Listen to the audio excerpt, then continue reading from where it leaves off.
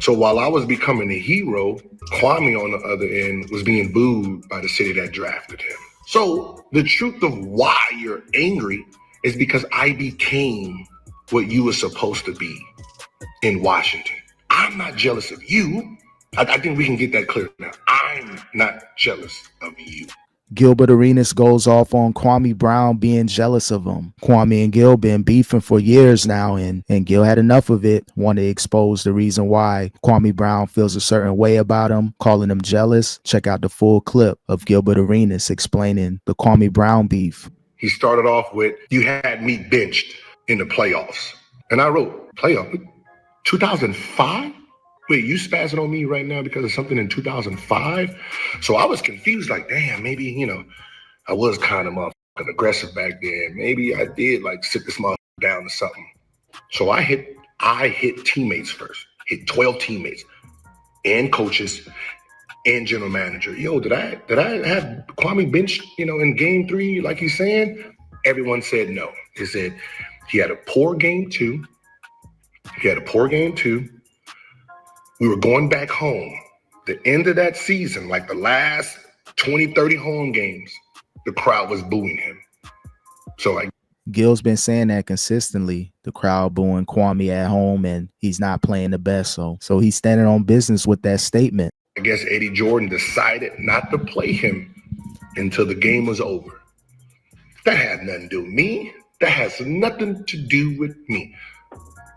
So once a teammate told him, Gilbert didn't actually have you benched, he switched. It became a new story.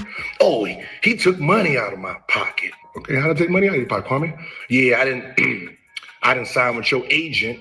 This is stuff he's done said on YouTube. I didn't sign with your agent, so you got mad. How the fuck you not sign with my agent got anything to do with me? That don't put no money in my pocket, so what the fuck does that have to do with me? Yeah, only thing with people signing with the agency, you can get a finder's fee, so that could potentially put money in your pocket. Not saying that situation, just situations in general. There are finder fees. You could get a couple percentages, couple dollars thrown your way if you're able to get talent signed to the agency that you're currently with. So don't sleep on that. That could happen, and that does happen a lot within entertainment. Me. So you don't sign with my agent, I getting mad, and then what? Tell the Lakers, call Kobe Bryant to say, hey, yo, don't pay Kwame Brown what he think he's worth. Like, I don't even know how that even made sense to you, Kwame, for you even to say that publicly. Like, you started off saying that how can a guy who averaged 10-7 sign a contract like this, and people were signing bigger contracts with 5-4 and this and this? Well, Kwame Brown, you didn't average 10-7 a year you was a free agent. It was the next year you was a free agent. You played 42 games that year for you. First of all, you broke your foot. Got nothing to do with me. That ain't got nothing to do with me. You broke your foot. You didn't start the season off with us. Right? By the time you came back, we was moving. So we had to try to get you back into that lineup. You got a couple starts here and there. Out of the 42 games, you started 12. Yeah, that's the thing. When you get injured and then you try to get back into the lineup, the flow of things, the team's moving. So now they got to try to incorporate you back, implement you back into the offense. So there have been players to where they may have been playing good, playing decent, get injured. All of a sudden, they got to fight their way back in the rotation, especially when you're not like a LeBron James type of player, Kevin Durant, like those upper echelon all-star players. They can get injured and just get back in the starting lineup, no problems. You was hurt half that season. Larry Hughes was half that season. I became the lead horse, right? That ain't my fault. I just fucking worked hard. Not my fault. I didn't do nothing to you. I didn't break your foot. I didn't bench you. I didn't have you. I didn't do fucking nothing to you. All right? Now, the new story is I took your side chick.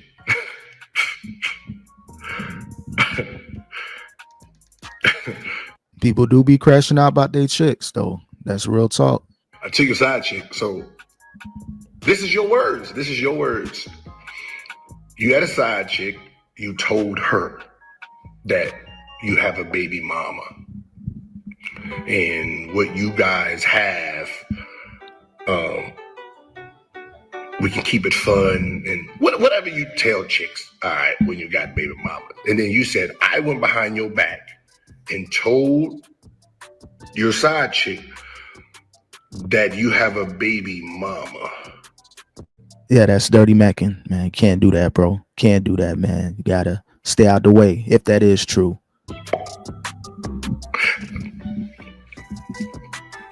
Do you actually like say this shit out loud before you actually go to YouTube to see if it actually makes sense first? Like you should run this shit by people so people like so they actually like, yo, Kwame, that don't even actually make any sense. So you told her, and then I told her, and she was like, oh shit, I'm gonna go to Gilbert now.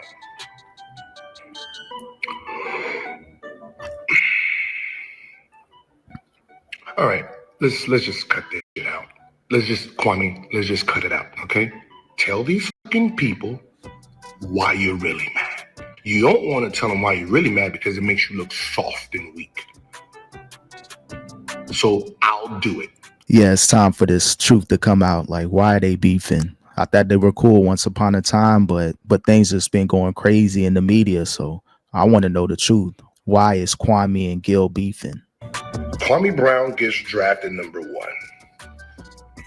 I get drafted 31. All right, we're not in the same atmosphere. He is the future. I'm just a nigga who got drafted. Kwame words, the clown who stood up and said he wanted to be in pimp in front of everybody. That guy. Okay, so that same guy ended up winning sophomore MVP of the All-Star game. Sophomore All-Star game, I won MVP. Gil was a problem back in his college days, high school days. He was putting up them numbers, so he been standing on business just as far as scoring and being an elite player. The end of that season, I was most improved. Same draft class. So I'm the first one to win sophomore All-Star game, most improved. I'm the first one to sign a big deal from that class. I go to Washington, Kwame's the face. 42 games into the season, I'm the face of the team. We get through our first year. He gets hurt his second year. Larry Hughes gets hurt going into our second year there. I put the city on my back. Put the city on my back.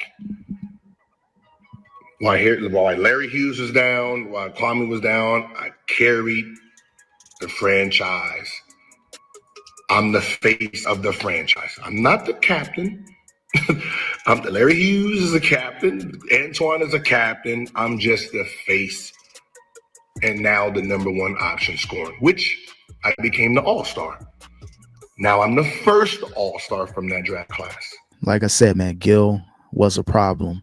You can hate on Gil. You may not like his sports takes, but when you watched him on that court back in his Washington days when he was healthy, bro was legit. Finished the season off. I became the first All-NBA player from that draft class. So while I was becoming a hero, Kwame on the other end was being booed by the city that drafted him. That ain't got nothing to do with me. That doesn't have nothing. I just fucking worked my ass off. All right? I didn't do nothing to you. I just worked my ass off. Period. So the truth of why you're angry is because I became what you were supposed to be in Washington. I'm not jealous of you. I think we can get that clear now. I'm not jealous of you. So he's saying Kwame feel a certain way that his career didn't pan out like how Gil's did in Washington, and he was supposed to be the face. And I don't know if that's true or not. I don't know if Kwame feel a certain way, some envy toward Gil, but that's where Gil is leading to, that Kwame feel a certain way about him. So we're going to fast forward to today, these times.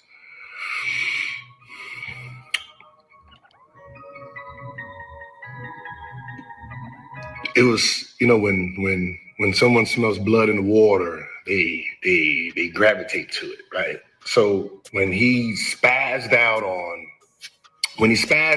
me after that interview with the Up in Smoke, all the smoke, and everybody commented, "Kill." That gave him excitement. Oh my God, the first people ever to say "deal." Oh my God, that motherfucker juices is going. So now he done created more stories for people to keep writing. It gave him excitement. I ain't gonna lie, that Kwame Brown run that he had going on from Matt Barnes, Steven Jackson, believe it was the summer of 2021 or 2022, whichever summer that was, Kwame Brown was trending on social media, doing interviews with everybody, every video clip getting hundreds of thousands of views. So he ran them numbers up, and however it panned out, it did work out for Kwame, and he took advantage of that in a good way. Still putting out great content. Regardless of what you want to say about Kwame, he been consistent on YouTube. It gave him life because he couldn't do it while we was playing. It didn't happen while we was playing. I was being cheered. He was being booed. He went on to have his career, whatever happened, more boos, more cheers. So the internet finally gave him something he can hold on to. So he started to create bullshit. Now you can see it's all contradiction. He the alpha male, we the peons, we running in packs. Man. Like you hear him call out all his teammates. Oh, this guy, they like giggling like little girls in pack. Well, you mad you ain't part of the pack? You mad you mad you ain't part of the team? You mad? Kwame ain't trying to be a part of the go along, get along gang. He's standing on that too. Again, not to say that the people in the go along, get along gang are terrible people, but he don't want to align with just everybody. He gonna do it his way, and again, it's working for Kwame. And nobody want to ride with you. I mean, leaders have followers, don't they? Right? Leaders have followers, don't they? So you a leader without a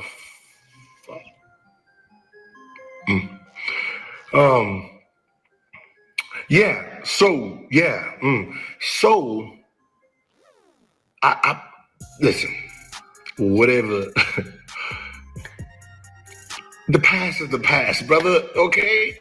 All right. You had a career. I had a career. Okay. That's it. All right. Every time somebody bring up basketball, you ain't got to you ain't got to freak the fuck out. Okay. It is what it is. All right. You ain't got to I'm not the reason that you had a failed career if that's what you going off of. Right. Oh, you didn't pass me the ball. I didn't pass nobody the ball, Kwame. Huh? I didn't fucking pass nobody the ball. They didn't have no problem with it. Yeah, Gil wasn't trying to pass that ball. Again, one of the best offensive players during that time, during that 5 or 6 year run. So he wasn't trying to pass the ball. And maybe people had a problem with it. Maybe people didn't. But when you're the face of the franchise, one of the top faces of the NBA at the time, you can shoot like Gilbert Arenas and things will be okay for you. I worked 4 or 5 times a day. I shot. Larry got paid. Antoine got paid. Steve Blake got paid. Jerry got paid. Brendan got paid. Eton got paid. Anthony Pillar got paid. Juan Dixon. Everybody got paid. When you left. Deshaun got paid. Calvin Booth got paid. Antonio Daniels got paid. People was getting paid. If everybody's getting paid like that, shouldn't Kwame have gotten a contract or whatever the case may be? I wasn't following the Washington team like that. I'm from South Florida, so it's Miami Heat all day. But the way that Gil is saying, all those players got paid, Kwame should have got that check too. But it is what it is, man. I don't know what to tell you. I can't say sorry. I ain't do nothing to you. I can't say sorry. Like the city chose me. They chose me. If your little side chick, whoever she is, chose me, she chose me. I'm pretty sure she chose me. I don't know. I don't need to say nothing bad about you. First of all, I'm on every billboard. I'm Richard. Man, flexing. You flexing. We get it. Yeah. So I wouldn't have to throw dirt on you. Yeah, that was a flex move. You ain't had to do that, Gil. Again, man, keep it content. I think with this situation, things go overboard at times. You can agree to disagree, but Gil be throwing shots too, and Kwame throw his shots back, to be fair. For no side chick, bro. This shit is getting ridiculous, man. All right? Look, I hope you have a nice 2022 year. And for all the people who were confused, I was confused too. I'm not even gonna lie. I'm like, what the fuck did I do to Clark? But listen, it is. I became what he was supposed to be in Washington, and he's still holding on to it. Okay, we got it out the way. Okay, now let's move the on.